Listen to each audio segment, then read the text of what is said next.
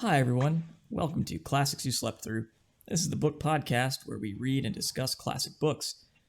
Today, we are reading and discussing The Picture of Dorian Gray by Oscar Wilde.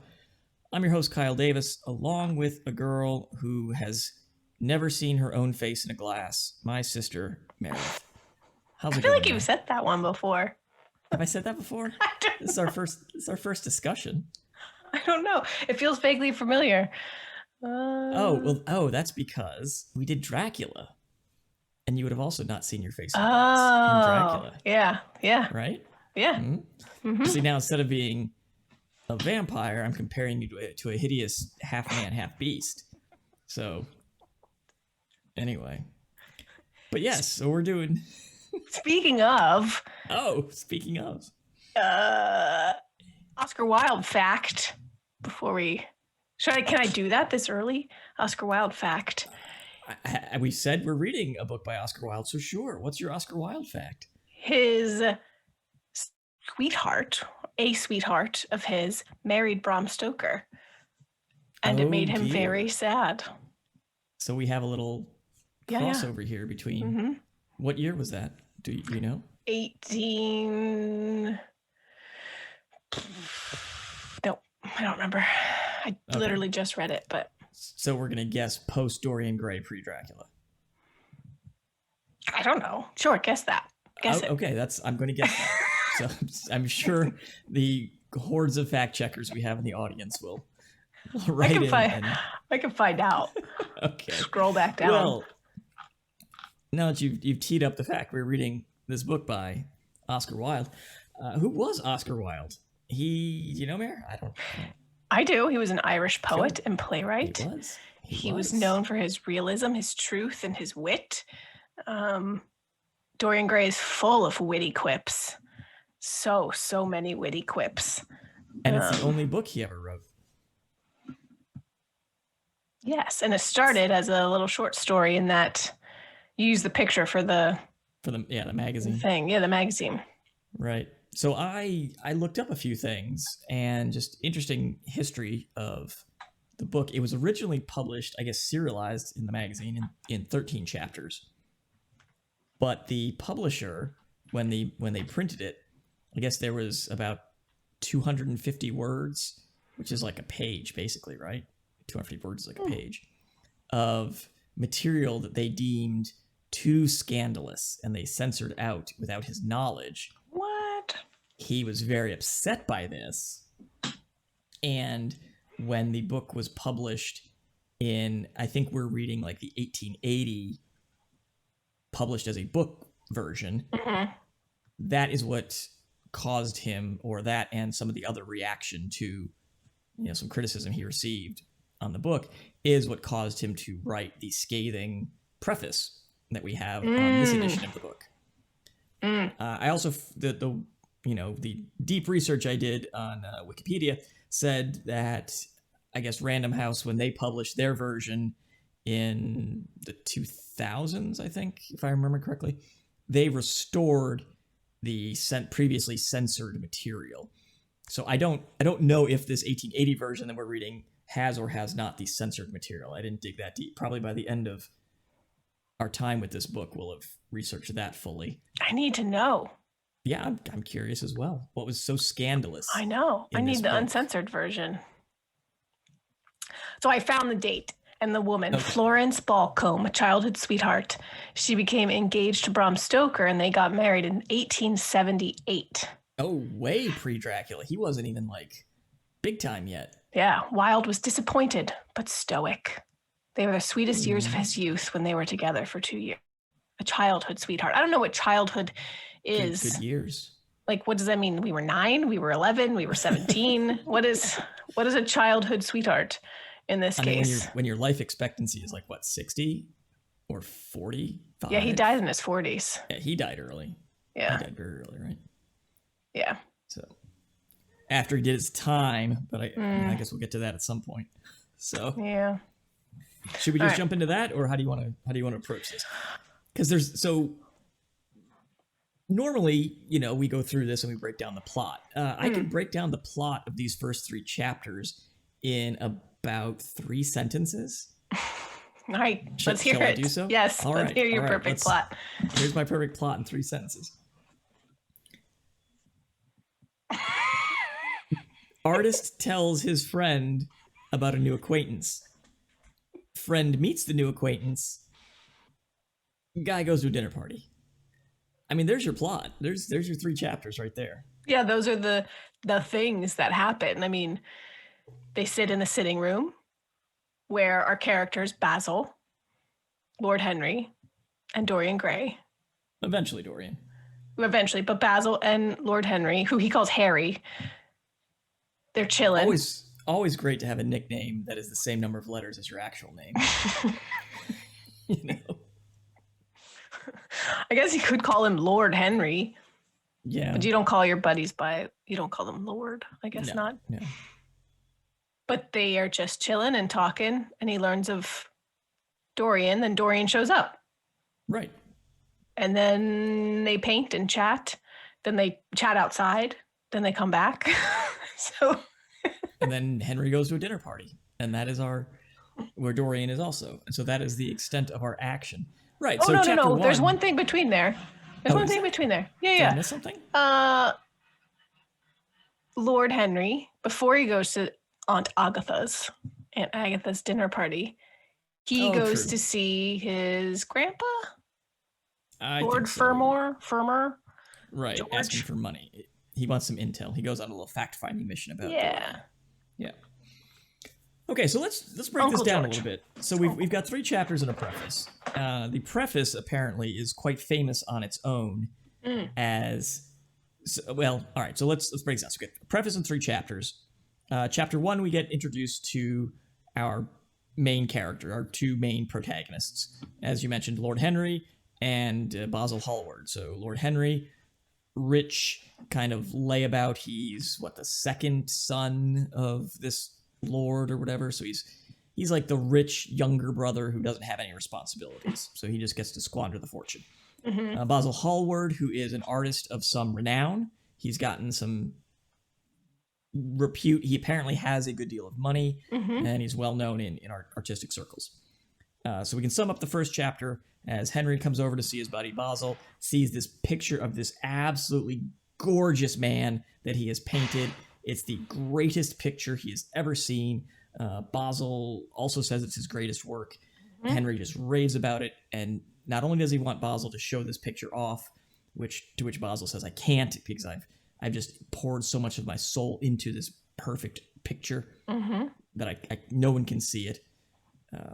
But at the same time, Henry says, I must know who this man is that has so captivated me in this picture that you've drawn. And Basil doesn't want him to, because he's just this guy is so perfect. This, and all this buildup. Chapter 2, we actually meet said subject of the picture, because before Henry can leave, Dorian Gray shows up. And so now they get a little connection, and Henry is immediately enthralled and enraptured by Dorian. Dorian is intrigued by Henry, and Basil's just kind of irritated that these 2 guys are now meeting. Well, because he doesn't want Lord Henry to influence Dorian Gray, because Dorian Gray is his muse. He's never painted a landscape as beautiful as a landscape he paints when Dorian is sitting next to him.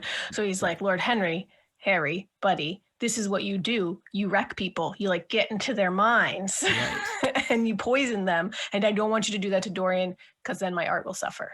Right. So immediately Henry and Dorian go outside, and Henry gets into Dorian's mind. And they come back in. Time passes. He does it immediately. He does it right Fucks away. with his head. Oh. So they comes back in. They kind of finish up the painting for the day, and they have an appointment or whatever, and they go.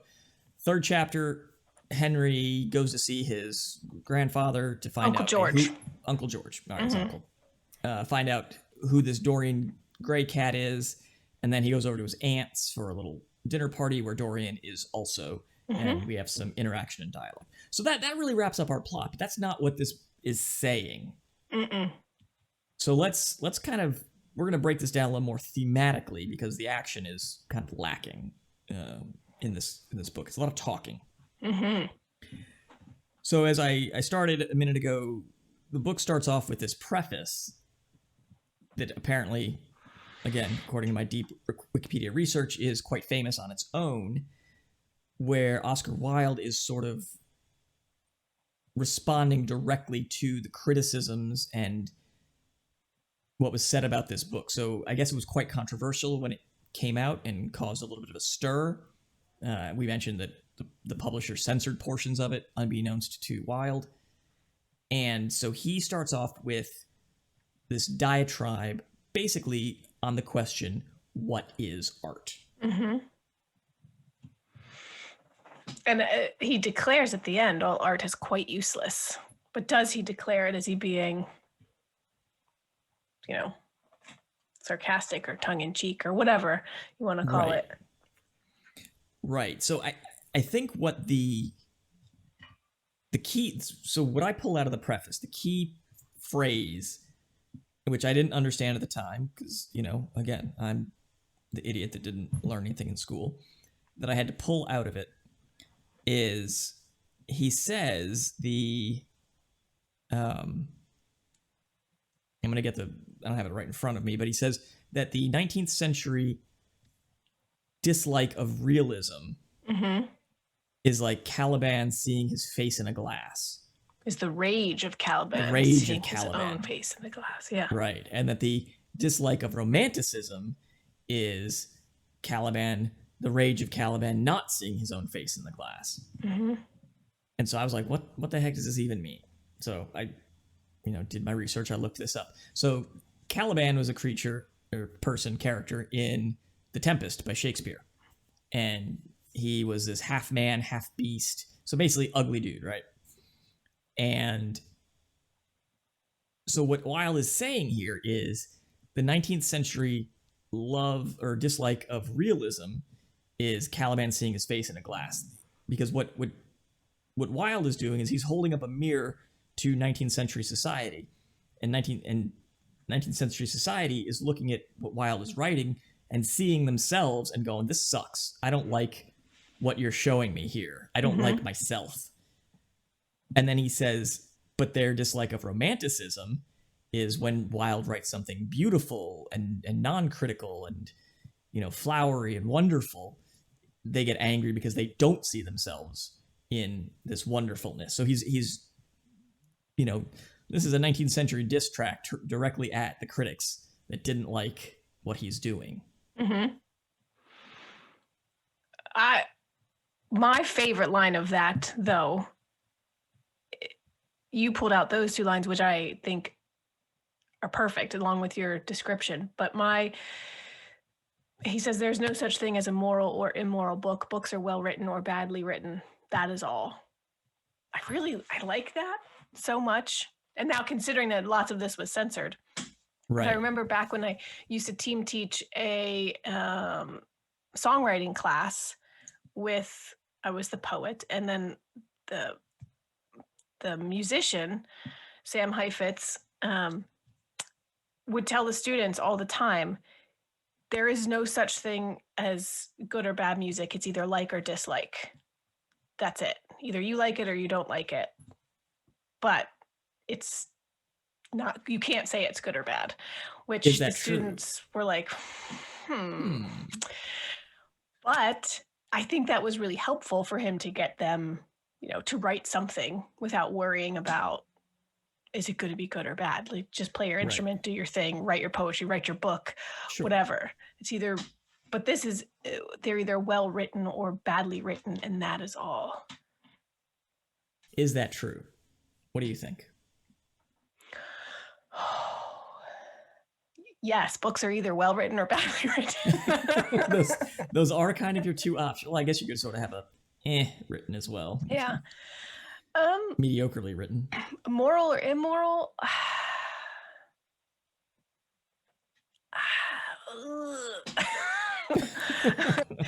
I mean, I guess the book itself can't be anything other than words on the page. It has to go through the person absorbing it and taking it in, and then it becomes something else. It's just a book with marks, and if you can't read, it's not going to do anything. The book itself is not immoral. And so once it's filtered through a being, that was weird and unnecessary. When one reads a book, one feels as if, but it does. It has to be filtered. So this book, Picture of Dorian Gray, society at the time thought was terribly immoral and it needed to be censored. And now we're like, what?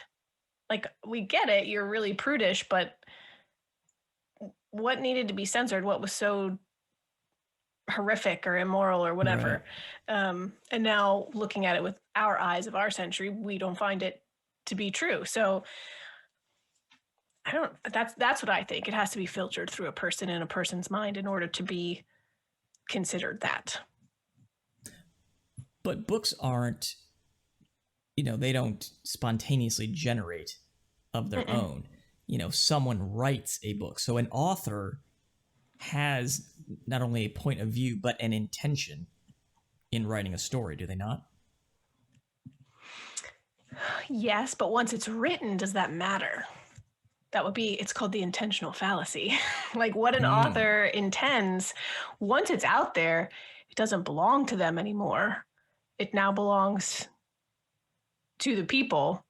And, you might not have wished your book to be a political commentary on such and such or whatever, but guess what? Now people are holding it up as that now, and you don't have a choice. You can't take that back.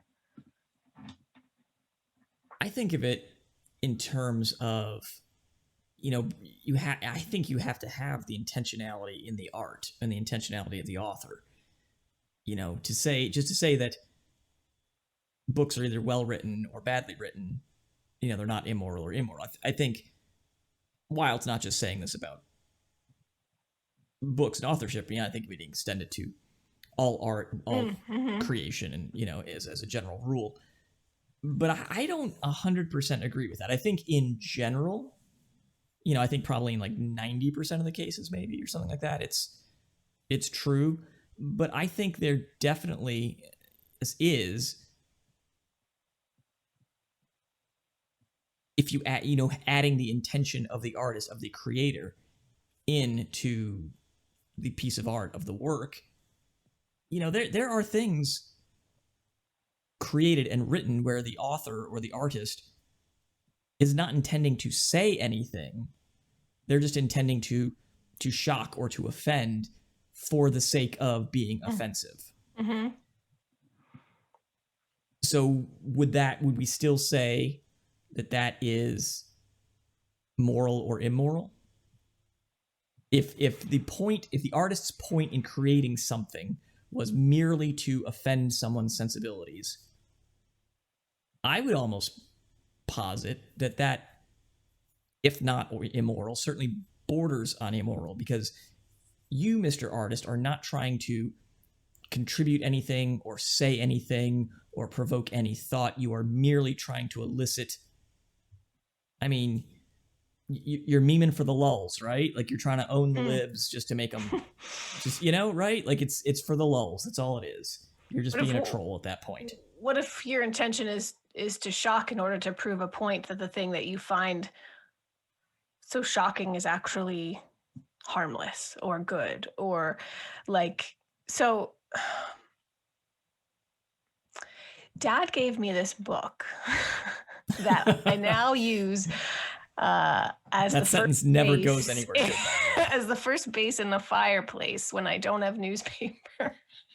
And I feel like such a terrible person, literally burning a book, but it's horrible. And it's called Free Fall of the American University. And I've gone off about this to you before and sent you pictures of the book. But it says some horrible things just about women and people and departments and universities that are literally trying to destroy the fabric of America. Now, from my point of view, that's immoral. I think it's immoral to say that because it's wrong. It's untrue, and it's purposefully misleading people like Dad and digging in and saying, like, this thing you're afraid of, remember the 60s? That's not gone. The radicals are still here, and they're in the university, and they're trying to destroy the fabric of what we hold so dear, and they're women. And they're people of color, and they're people who have different ideas about who they can love, and they're trying to get your children. And that's literally what it's saying. Right. And Dad is like all these highlights and underlining, and I love him, and we love him, and whatever. But he's Friend like, of the pod. We can say friend of the pod, Dad. right? He's like baiting it, or not him, but the book is baiting people like that who are nervous. So I guess here's where my thoughts would go on this. If the author had these deep-seated convictions that he saw what was happening and felt that it was his duty to inform, I think it falls under Wilde's. It's either badly written or well written, like it's not moral or moral. Yeah. If, on the other hand, the author knows what he's writing to not be true, right? Like he is not cynically, but he's going to get one over on these rubes that are going to buy this book. And not to go off on soapboxes, but I think this is probably like 75% or more of right-wing media.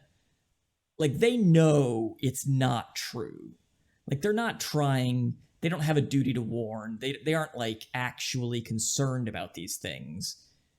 They are trying to cynically make money. I would put that almost into the immoral camp because the author doesn't have a larger thing they're trying to say. They're merely pushing red meat to people they know will buy it. Does that make sense? Yeah. So then, that's kind of where I fall on the side of Wilde's. Does that make the thing immoral, though, or the person doing the thing and then the outcome? Because we take that same thing and we're like, this isn't true. This is BS. I can do research. This is unfair what you're doing. So then the thing itself can't be imbued with the morality. It's the person doing the thing. And like you created something, and that act of creation with the intent to deceive is the immoral act. Now you've made this whatever it is, and it depends on who picks it up. And no, I don't even know if it would depend on who, because if you're looking at the, you can look at any type of media that's dishonest, and if you know that it's dishonest and it doesn't affect you, and therefore it has no effect, it's nothing. It's just, but the person then creating it, right? The difference between the item and the creator. I kind of fall on the side of, I don't think you can separate it from the intention of what it was created for. Like if the creator knows that this is not true, or if they're, like I said, they're doing it just for trolling or simply to outrage because they know they will provoke a reaction. So if Wilde wrote this story with the characters he wrote in order to offend 19th century sensibility, just to offend 19th century sensibility, I think that would fall more on the immoral side. But if he wrote this, I mean, there's a fine line, right? Like, I think then you have to bring in, like, is there absolute truth? Because if Wilde wrote this in order to offend 19th century sensibilities, because he knows there's a higher truth that these 19th century sensibilities are not aspiring to, and therefore wrong, then, did Harriet Beecher Stowe write Uncle Tom's Cabin just to offend Southern sensibilities? Or did she write it because she knew it would offend sensibilities because there was a higher truth or a higher morality that offense was serving a good aim, I suppose? It is a fine line, I think. It is. Very. Which is why I thought it was so interesting reading his preface, because, a book is either, he says, art is not moral or immoral. The book's either well written or badly written. Well written or badly written, I think you have, it's your bell curve. I think you have your extremes, but the vast majority of works of art and books and things, well written or bad written, is very subjective. Mm-hmm. Is this a well written book? I think he would say it is, right? I would say it is. But I think it's quite subjective. I think someone could read Sure. it and say, this isn't well written. I don't particularly care for this. Well, I'm glad we're easing everyone in to this Exactly. particular. Yeah, if you just wanted to get the plot of these first 3 chapters, you could. You can turn cut off out now. at minute It's 3. done. Yeah, we're done. We're done with that. We're going to the deeper stuff now. Well, Oscar Wilde does not stop at the preface with these fine lines and psychological, long and winding hikes that you're going to take through your own mind. He does it mostly through Lord Henry. Lord Henry's got so many feelings and opinions on society and on everything, really. Basil. Lord Henry is obviously Wilde's mouthpiece, right? You think? I don't know Oscar Wilde, obviously, but it seems like it. He's got the witty quips. He's got the. It seems so. But Basil says to Henry, "You never say a moral thing, and you never do a wrong thing. Your cynicism is simply a pose." So, can we even trust the things that Lord Henry is saying? Is he just trying to like at the dinner parties? He's just trying to dig at people and just get a Lord rise Henry out of just them. a troll? Is he just trolling people throughout this book? Lord Henry the troll. Seems that's what Hallward's saying, right? Yeah. It could be like Basil's like, "You're that friend that I like, and I don't want to believe that you're this much of a dick. So I'm going to believe that you say these things and you don't really believe them and you're a good guy at heart." Right.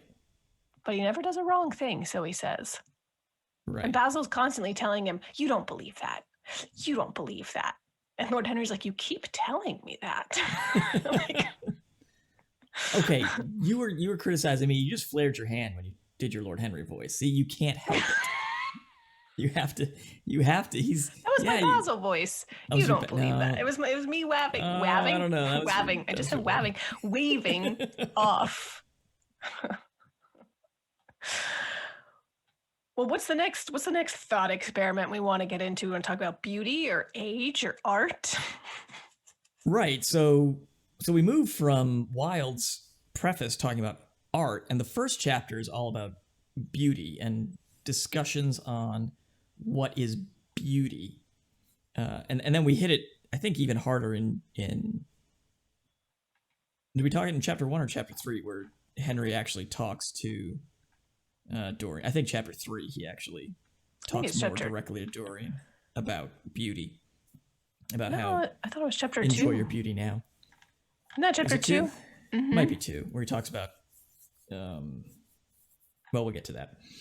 But anyway, so we start off with discussions on youth and beauty, because these ideas, because this picture of Dorian Gray is the most beautiful, youngish 20-something that either of these guys has ever seen in their life. He's gorgeous. Absolutely gorgeous. Which is very interesting, given that, if you look up different depictions of Dorian Gray on different book covers, and even the one that I have posted up here on. Those artists do a terrible job. Yeah, I'm like, these guys are just sort of, I don't know. It's like I'm maybe not a judge of men's beauty, but it's like the Tenacious D song tribute. Like, this is not the greatest song in the world. This is just a tribute. It's just a tribute to Dorian Gray. It's not really his face. Yeah. How beautiful he is. Exactly. So what do we learn about youth and beauty? So I think it's Henry that posits that beauty is the only thing worth having. Like, it's the only thing that matters, right? Yeah. And it's fleeting, and it's gonna, I don't know. He said it's only shallow people who do not judge by appearances. Okay. But I mean, he's sort of speaking the unspoken truth, right? Like, everyone judges on appearances. Sure. Even though we are taught from a very young age, don't judge a book by its cover. Get to know the content, it's the content of the character that is the important thing, not the outward appearance of a person. And yet, that is what it is scientifically proven that, babies respond to quote unquote, symmetric, attractive people more than they do unattractive people. Like, it's instinctual in our, babies are cute because it makes us want to take care of them. If babies were ugly, we wouldn't be so protective of them. I mean, so it's all these things. Speaking of, my baby screaming. Do you want to take a pause? I have to pause. Okay, yeah. so all right, we'll pause out. We'll pause out here. Do you want to let it run or just? Yeah, just let it run. So we're pausing out at what, 31 minutes? Yeah, and talking about beauty. All right, I'll put her down and I'll be right back. 31 minutes. All right, 31 minutes talking about beauty.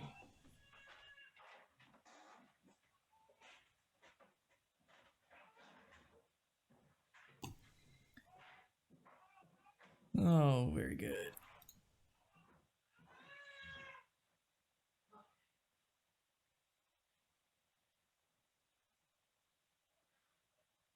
So, hey, Twitch, anything going on? Is anybody? Nothing's going on in the chat. So here we are. We're talking about Dorian Gray and streaming. Quite enjoy it. We're coming up on a year on the podcast, if you can believe that. This is episode 56. And we are about 10 months into this grand podcast experiment. It's kind of fun. I'm enjoying it.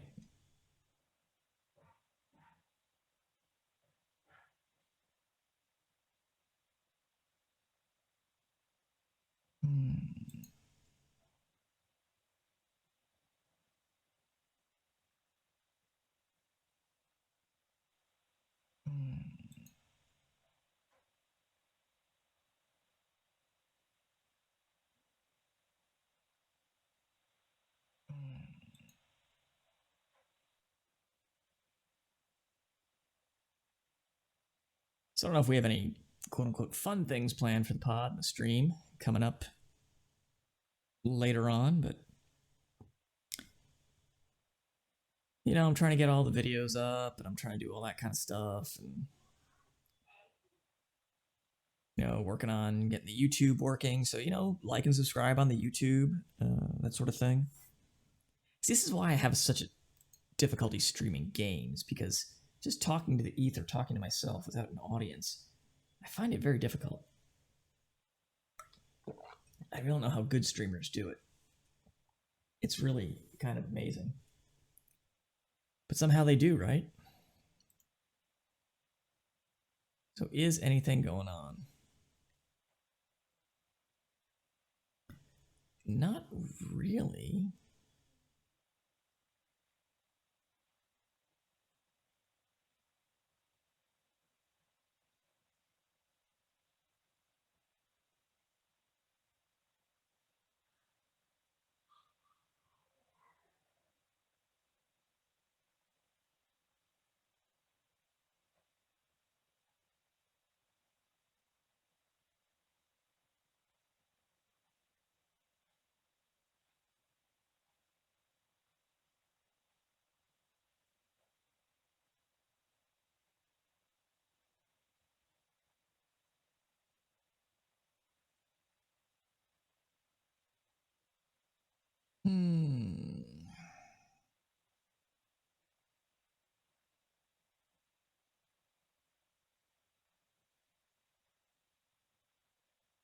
I've really got to get more highlighted notes.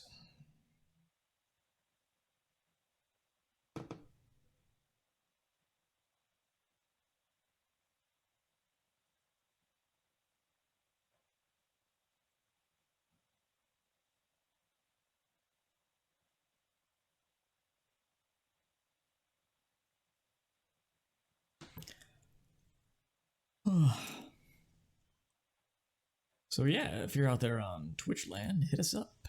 Follow us on Twitter, Facebook, Instagram. What else is out there? YouTube. Subscribe on YouTube. YouTube's a good one because we got videos on YouTube now. It's amazing, right?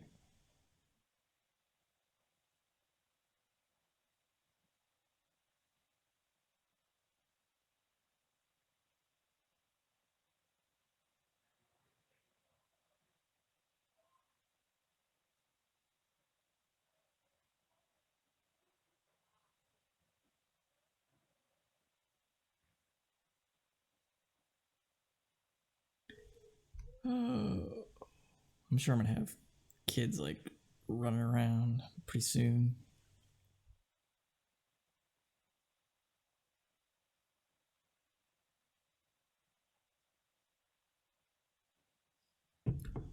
I need to do, I really need to take notes on this and highlight quotes from this book because it is gonna be wild.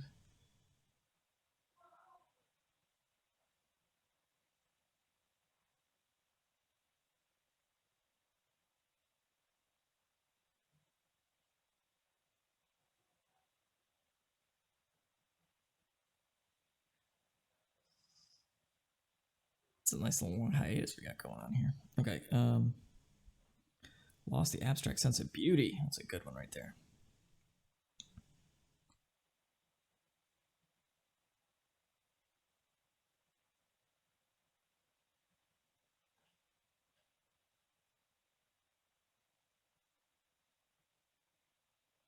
Where is, I'm going to pull up my Dorian Gray book here. Oh, wrong book.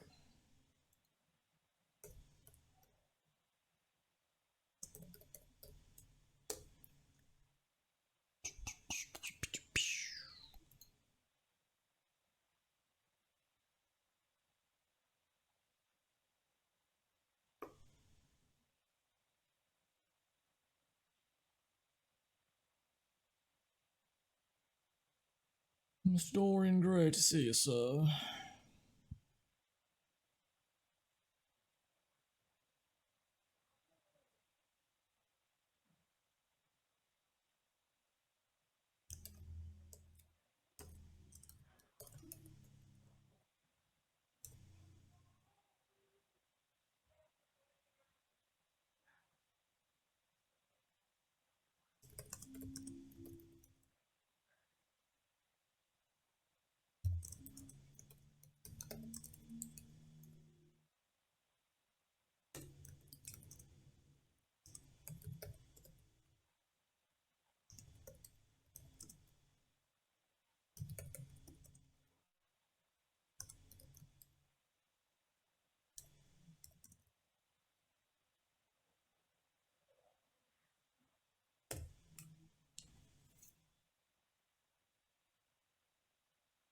What do you think it means?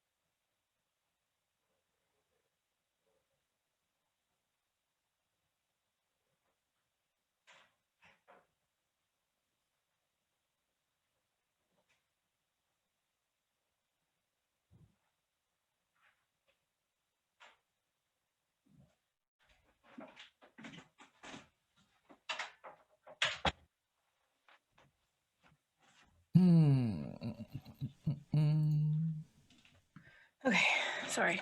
Oh, we're back. Okay.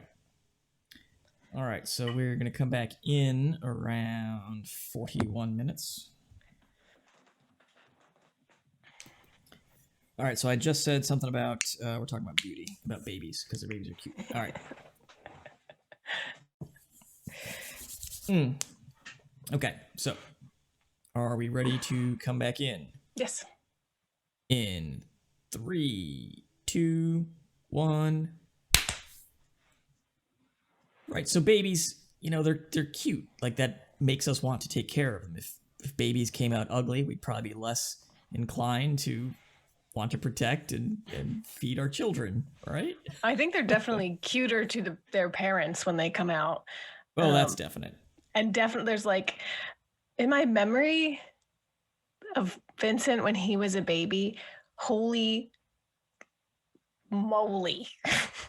Holy moly. There wasn't a cuter child on this earth. And I was like, he could legit be the next Gerber baby. He's incredible. And then Wrong. My children were objectively the cutest children. But then looking back at pictures of him after Viola was born, I was like, oh, you're cuter in my brain. Yeah. Is that what you look like? I mean, you're cute, but yeah, it's okay. He was beautiful, but still, my brain definitely had him. My memory of him was like this pure cherubic, like gorgeous, and then he's just a baby. He looked like a newborn. He looks all right. Yeah. Sure. But Dorian is not. Dorian is amazing. So, wow. So beauty. So one thing on this topic of beauty that Wilde is positing here, and I guess sometimes he talks through Hallward as well. Maybe all these characters are Oscar Wilde's mouthpiece in some shape or form. On while Basil and Harry are discussing art and beauty and what it means to be an artist,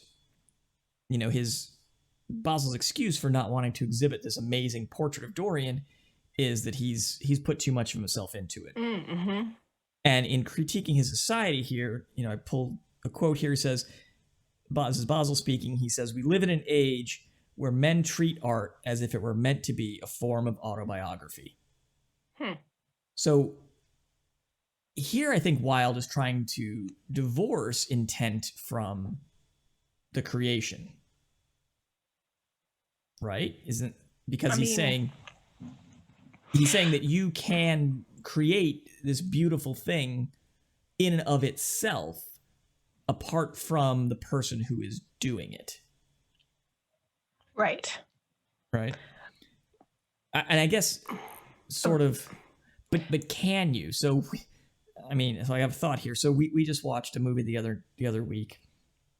It was old Disney movie. It was cheesy. It was bad, right? Live action. But Kevin Spacey was in it. Right? And obviously this was long before we knew anything about Kevin Spacey's personal activities outside of the screen and whatnot, and what a terrible person he actually is. Wasn't he acquitted? I don't know. I don't think he's worked since. Well, I don't know. Anyway. He hasn't worked, yeah. Right. But holy cow, if he wasn't above and away like the best actor in that movie, like it wasn't even close. It was like watching a high school performance from all the other people, and then there was Kevin Spacey. Like, you know what I mean? Yeah. So can you take art, in this case, the performance of an actor, and divorce it from the actor actually acting? I don't know. Like, can you watch The Cosby Show anymore? I certainly can't, right? I mean, that's what the whole idea of cancel culture, I don't necessarily like that word, but it's a terrible word. Yeah. I mean, Harvey Weinstein produced and was part of a lot of stuff. Are we going to cancel all of it because of him? I don't think that would be unfair to the actors and actresses who put up with this crap in order to be in it. And, people could disagree with that. But I think I think see, I'm conflicted because I think you can, but then also there's no reason why you have to. Right. And people should absolutely be held accountable for the things that they do. But if they created something beautiful before you knew them and it meant something to you, it might be tainted now. And so you can't help, but you can't divorce it. And Right. I mean, Bill Cosby, dude, like he had a whole, like he was hiding in plain sight in some ways because he Well, had this sure, all whole these bit. guys were. He had this whole bit on what was it, Spanish Fly or Spanish whatever. Fly. Oh, and, yeah, yeah. And He he's did basically jokes, saying yeah. like, "This is who I am," and This is everybody's what I do. yeah. Back then, it was like, Yeah. "Oh, isn't that funny? How nobody cares about women." Right. It's like Exactly. Well, anyway, so Hallward says, we're living in an age where men treat art as if it were meant to be a form of autobiography, and we have lost the abstract sense of beauty. He says, someday I will show the world what it is, meaning abstract beauty. And he says, and for that reason, the world shall never see my portrait of Dorian Gray. Because he has put so much of himself into it. Yeah. He wants people to be able to see his art for just the abstract beauty of the art with no piece of himself. In this case, his love of Dorian, I think, is what he's saying in this picture. Yeah. Right? I mean, so it's almost like Wilde saying an artist should be able to paint a picture of Dorian Gray and people see Dorian Gray because he's beautiful and people will see the beauty of Dorian Gray. But if they see my picture of Dorian Gray, they will know that my love of Dorian is what made this picture great. Does that make sense? So it's not the beauty of Dorian by itself. It's his love injecting into the picture, making it more beautiful. Yeah, he thinks the world will guess it, and I will not bare my soul to their shallow prying eyes. My heart shall never be put under their microscope. So like they're gonna look at it and be like, yeah, Dorian looks good, but damn, did you see how Basil interpreted Dorian? Like, right. I think Basil has like a thing for Dorian, or And you don't think this is a gay book? Come on. Books are neither gay nor not gay. They just they just are. Right. And you smush them all together on the shelf. I don't know. Anyway. Either way, whether he wants to have a relationship with him or he just is crushing on him real hard in general, people are going to be able to tell, he thinks. Right.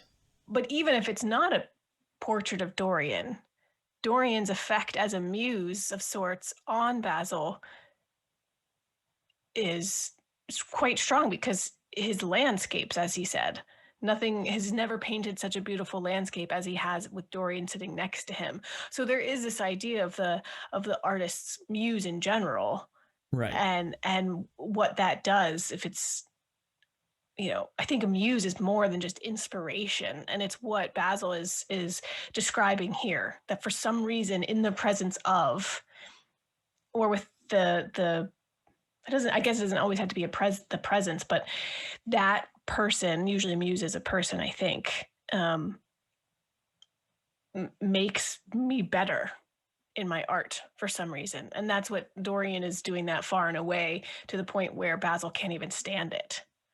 Well, sure. I mean, you can extend that to any activity. It doesn't have to be art. I mean, think of an activity that you enjoy, and then if you're doing it with someone whose company you also enjoy, then that activity is that much more fun. True. And then if you're doing that activity by yourself, it's not as much fun. But I think it's deeper than just fun. Like, it's fun to go on a walk, but a walk with my husband is better. But I'm not an artist, but like the idea of, I guess I could relate, but like knowing someone's in the audience watching the dance show, I would dance better. I don't know if that ever actually happened because... No, I went to them all. Absolutely you did not. You stopped coming in like 96. That's because I left. I went to college like a real person. Anyway. Real person. Didn't have time to watch you do circles around a bucket. It was when I was 4. All right. Well, that memory is very ingrained in my mind. All right. So. Anyway, and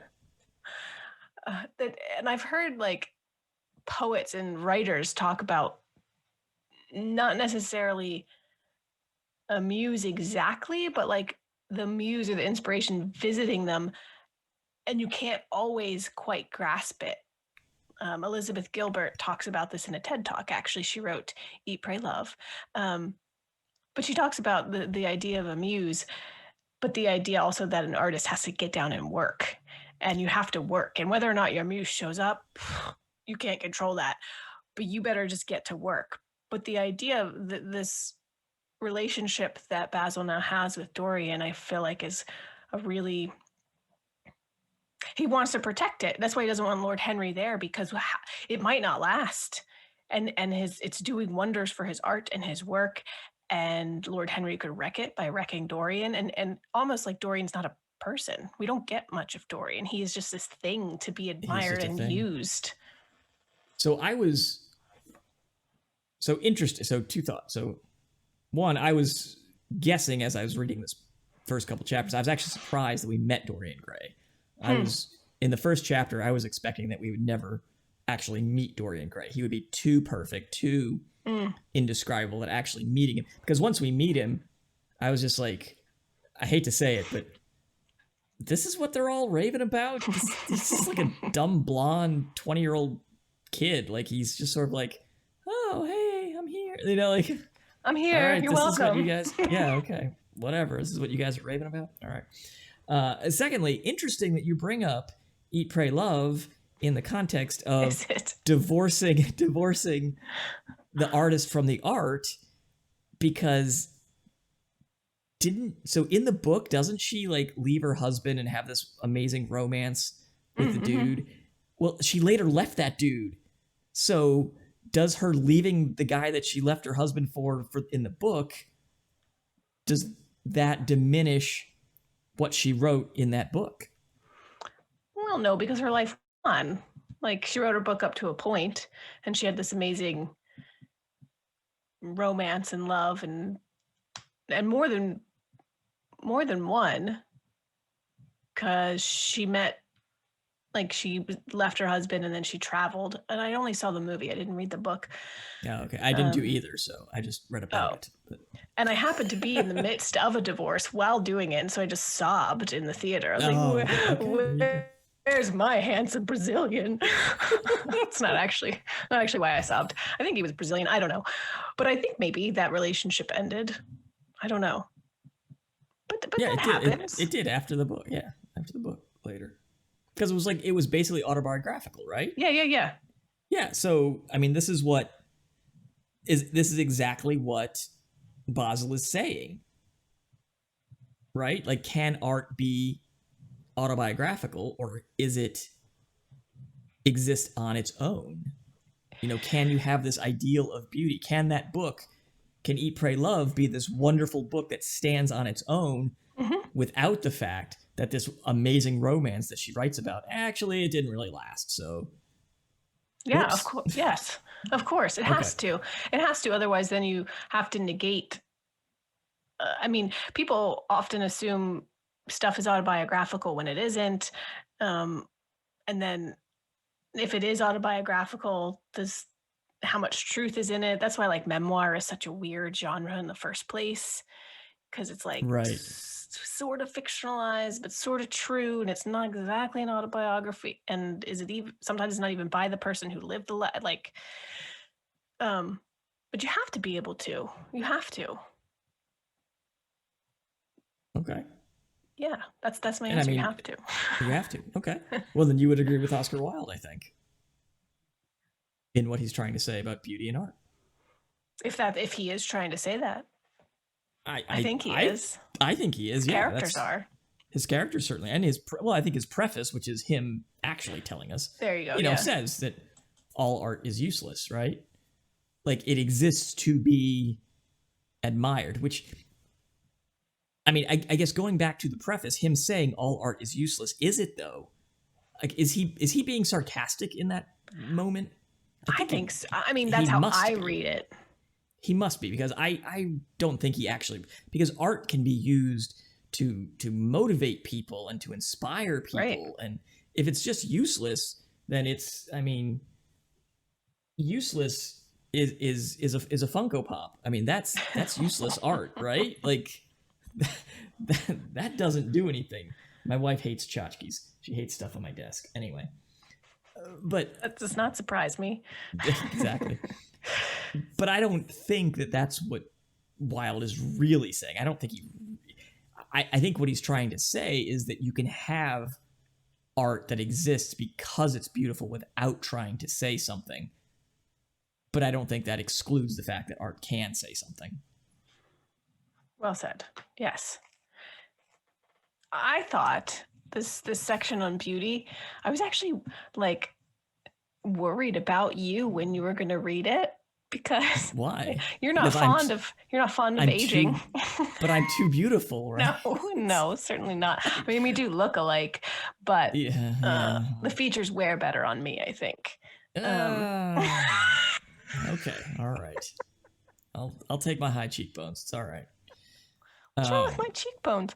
No, I said I like my high cheekbones. I've got a droopy eyebrow. They're good for my. Do you notice? It looks like I had a stroke. No.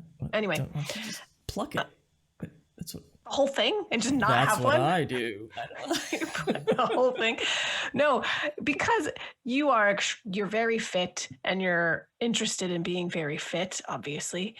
And I thought that when you read, like, someday when you're old and wrinkled and ugly, and when thought has seared your forehead with its lines, blah, blah, and I thought you'd be like, ugh, because you don't like aging. That's never good. No, I age gracefully. I appreciate, other than my back that doesn't want to cooperate, I appreciate every age. And, I'm looking forward to being, I plan to being fit at 50, 60, 70, 80, however long I last. But, I don't plan on letting age define me. Ravage you. Correct. It could be ravaged by time. Right. So that's another thing that Wilde, I think, is saying here. He says it through Lord Henry, and he says it to Dorian at one point. The idea, I'll take it to my artistic muse. It's a Wonderful Life, where the fat man on the porch says, why don't you kiss her instead of talking her to death? And George Bailey. What was that? Come on back here. And the guy gets up and he says, youth is wasted on the wrong people, which is exactly what Wilde says here. He says, when you're young, you don't know that you're young. And by the time that you want to do all these things that you can do when you're young, you're too old to do it because now you're ugly. So he's advocating hedonism, like saying, young people, just go be young and be stupid and make mistakes and have fun, because when you're older, you won't be able to. Like, nobody, he says, nobody will want to, he's saying nobody's going to want you as an old man because you'll be ugly. So when you're young and beautiful and people do want you, go out there and have fun, young man. He literally says, live the wonderful life that is in you. Yes, because it is a wonderful life. It's really, I mean, you don't know it until you're old or older, but it is true. He says the world belongs to you for a season. And with your personality, there's nothing you could not do. The moment I met you, I saw you're quite unconscious of what you really are, of what you really might be. It's like... But he's empty-headed. He's just a good-looking kid. Right, but the world will allow him that. Like, you can't be empty-headed and True. in the later end of your life and think you're going to get a free pass for anything. Right. But young, beautiful people get a free pass because they're young and beautiful. But also, I think, not only because they're young and beautiful, but also there is the assumption that you have more to grow into, and here's your pass because you don't know anything yet, or you don't know better yet. And by the time you're old, and as Lord Henry would say, old and ugly and worthless, which I don't agree with, but you should have known better. And then So you have your intellect, or you should, but he's not a fan of intellect, despite the fact that I think Lord Henry thinks himself quite intelligent. Well, I think every character in this book does, yes. at least the main characters. Yeah. Although Dorian, I think, doesn't really.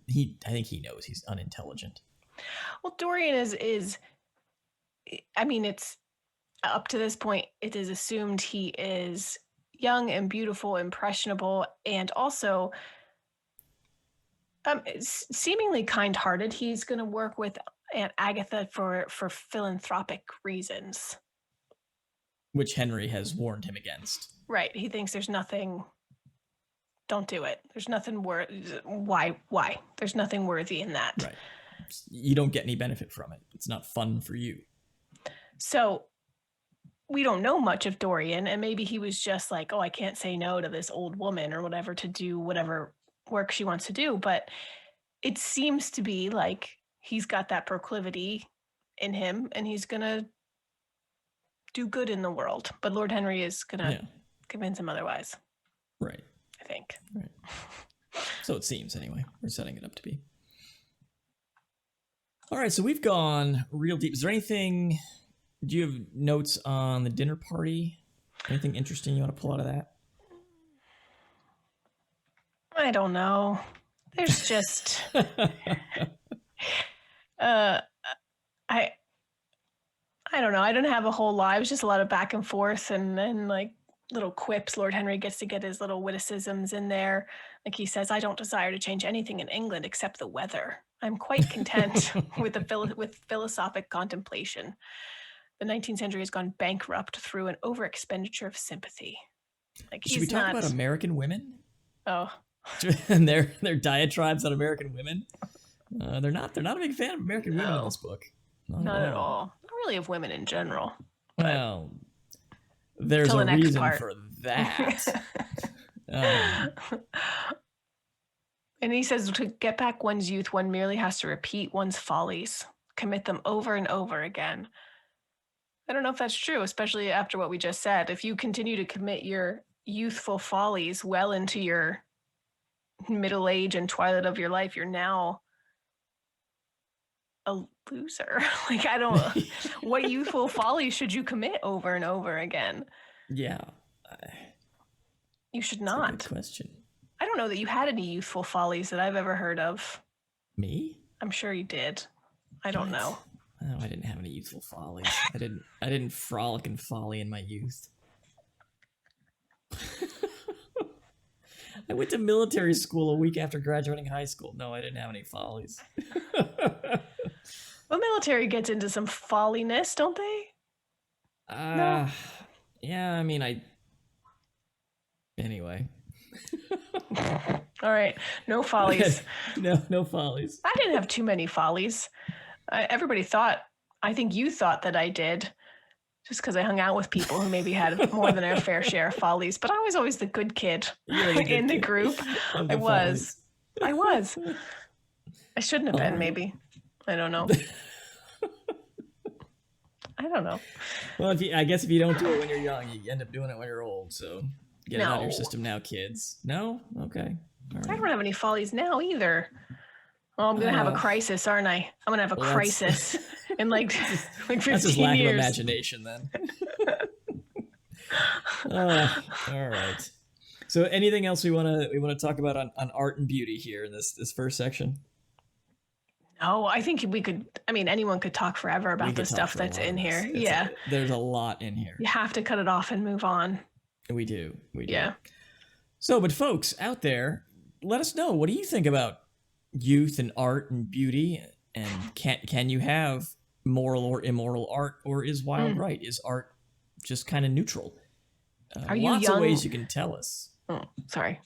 No, go ahead. I was going to say, are you young and beautiful and full of folly? Or are you old and hideous and past your prime? Tell us. Send a picture. If you, yeah, that'll get us in trouble. If you are young and beautiful and full of folly, I know one thing. You definitely don't use email because we still have not gotten an email from somebody under 25. So, or that just means we have no listeners under 25. Well, one of the two. It's all right. It's But okay. if they were going to email us or hit us up, where would they do so? They could email us at cystpod@gmail.com is the email address to get into the, we're shaking the cobwebs and the dust and out of our little mailbag here. So send us an email, and we're still waiting for that email if you're under 25. We also have a lot of other social network ways to get in touch with us. You can follow us on Twitter, the Facebook, the Instagram, at CYSTpod. We are also streaming live on Twitch, twitch.tv/CYSTpod. If you're watching us now, you know that, but I don't think anybody is. And we're also on YouTube, and unfortunately, we don't have quite enough followers, so, like and subscribe us on YouTube so we can get to that point where we can actually have a custom YouTube URL. But right now, just go to our show notes or our page or any of our socials, and you'll get the YouTube link, or just go into your YouTube search bar and search for Classics You Slept Through. And while you're on Al Gore's internet, why don't you go ahead and give us a 5-star rating and review over there on Apple Podcasts. It will let us know how we're doing. It'll tell us what you think of the show, and it will help other listeners find the show. So that's going to wrap us up here for our first discussion on Picture Dorian Gray. For next time, we are going to be reading up through chapter 7. And so you'll get that in your podcast feeds, hopefully tomorrow if you're listening to this on release day. But if not, a day or two after that. Depends on how our scheduling goes. And I think that's all we got. You got any final thoughts? That's all we got. That's it. All right. So until next time, folks, the yearbook committee is selling Valentine roses down in the cafeteria because, in high school, you definitely need that extra pressure. Peace. Later.